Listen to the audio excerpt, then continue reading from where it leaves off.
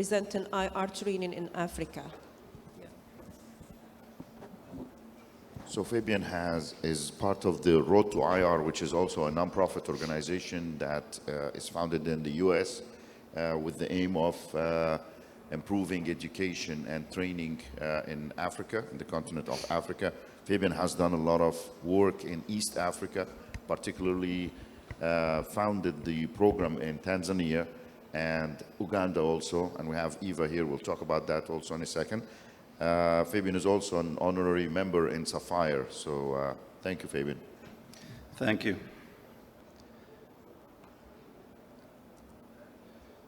Let's see.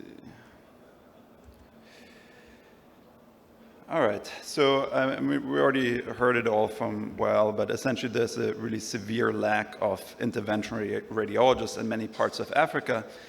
And while that's not the only reason, it certainly correlates with poor health outcomes for things such as postpartum hemorrhage, such as trauma mortality, etc. Right? And it's sometimes really hard to imagine what a lack of IR really means, but it is impacting a lot of patients, and IR can do a lot of good things.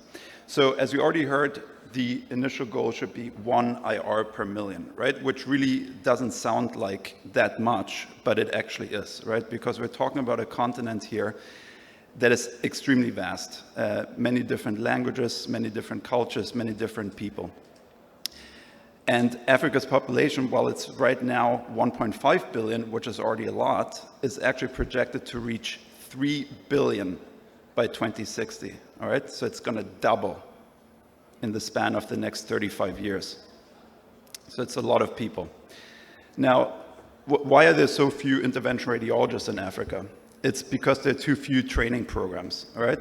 So this was the status 10 years ago, and Ahmed and others can correct me if they have any other info, but as far as I was able to gather, this was the status in 2015, all right? So really only 3 countries that offered any IR training opportunities.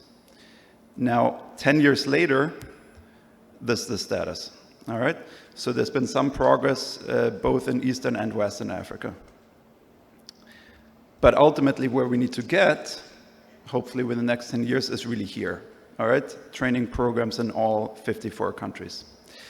But, you know, at the very least, what we need is 33 programs across the entire continent producing 3 graduates each, okay? So this would get us to 100 new IR doctors every year. Even with that, if we manage to achieve that within the next 10 years, it would take until 2060 until we reach a steady state of 3,000 IRs for all of Africa, which is the proposed goal of Sapphire, right? Which would be 1 per million IRs. So 35 years to get there, if we manage to graduate 100 per year within the next 10 years. All right, so it's quite a heavy lift. So is that already feasible? And I would say yes, because we've done it now in a few countries, and you know, I think we can replicate it in many more. So this is myself, as you can see, with a little bit more hair and a few years younger in 2017. This was actually my very first visit to Africa. When I went to Tanzania, and the status in Tanzania at the time, as we already heard from Well, was that there was no IR, not a single interventional radiologist for 60 million people. So we started a training program there. This was our initial baseline assessment. We implemented a 2-year fellowship program. Since there were no local faculty in Tanzania, we had to have visiting teams traveling to Tanzania every single month. This was the very first teaching trip. You can see images here from the first nephrostomy, the first biopsy ever performed in country. All right, so we really started from scratch. We started then with procedures that we considered most immediately needed in 2018, including biopsies, nephrostomies, biliary drains, and abscess drains. Right, these are really some of the most high-yield IR procedures there are.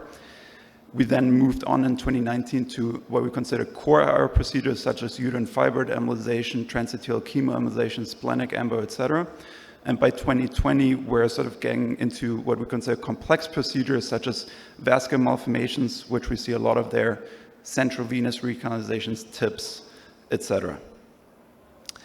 And now over the past 7 years, we've had over 90 visiting teams from all over the world with more than 100 IR faculty, many techs, nurses, medical students, and trainees.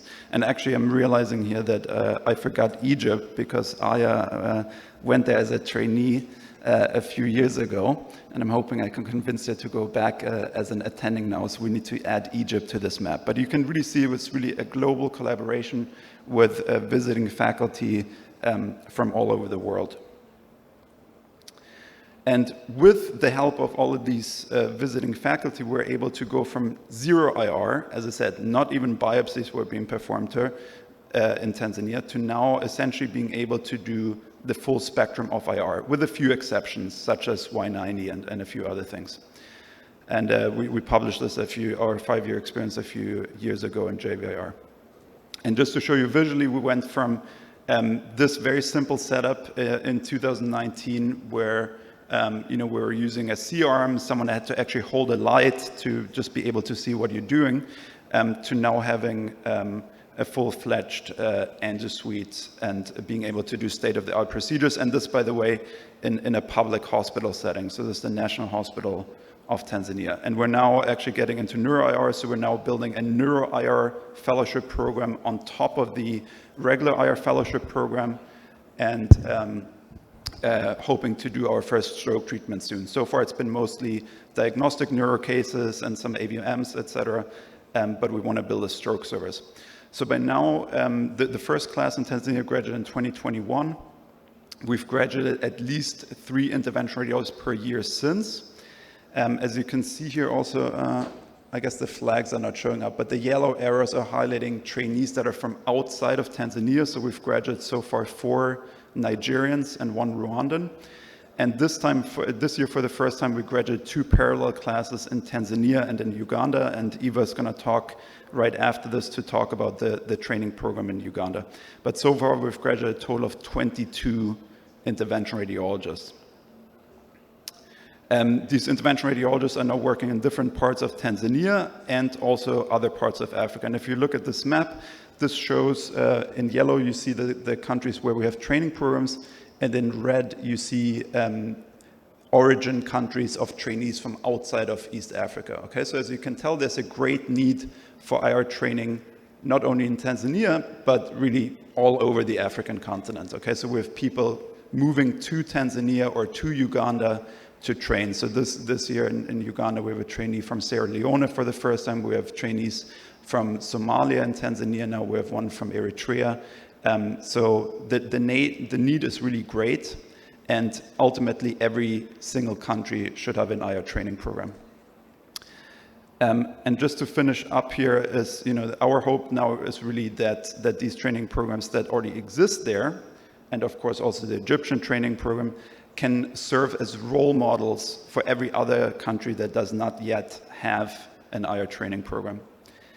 And I know that I'm at the end of my time, but I just quickly wanted to show a few pictures because in order to kind of expand our horizon and find out more about other countries, we did, me and 3 other IRs did a road trip just this summer where we crossed from East Africa all the way towards West Africa, or towards like central West Africa to Cameroon.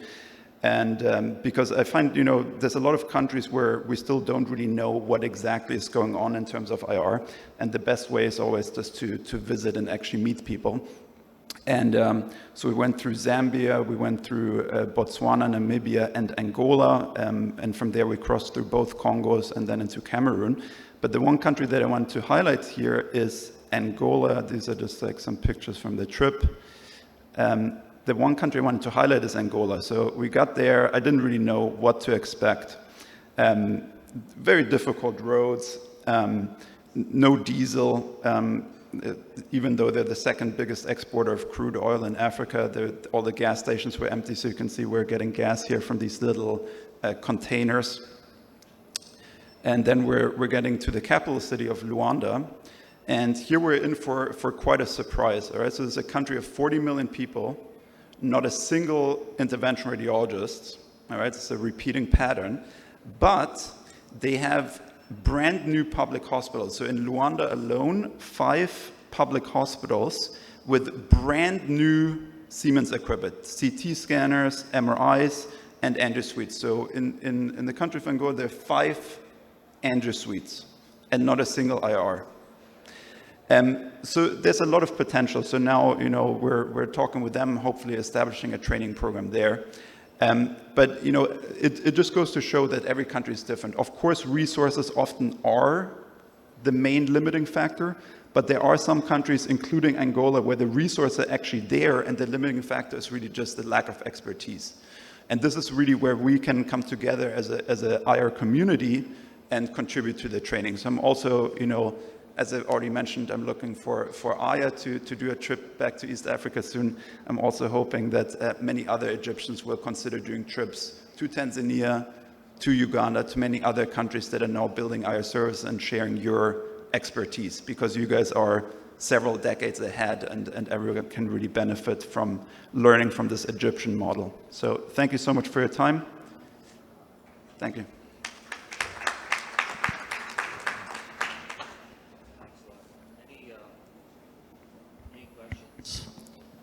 Any questions? So how many IRs now, active IRs, are there in Tanzania?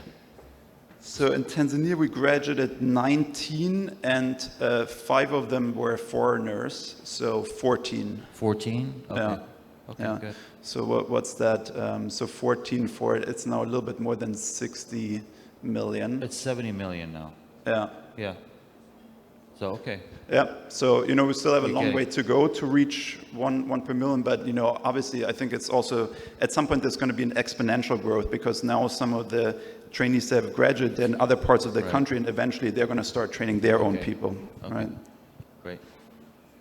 Yeah, this is great work actually, Fabian. And if anybody's interested in contributing also, just reach out to us and we'll give you Fabian's email. Yes, anytime.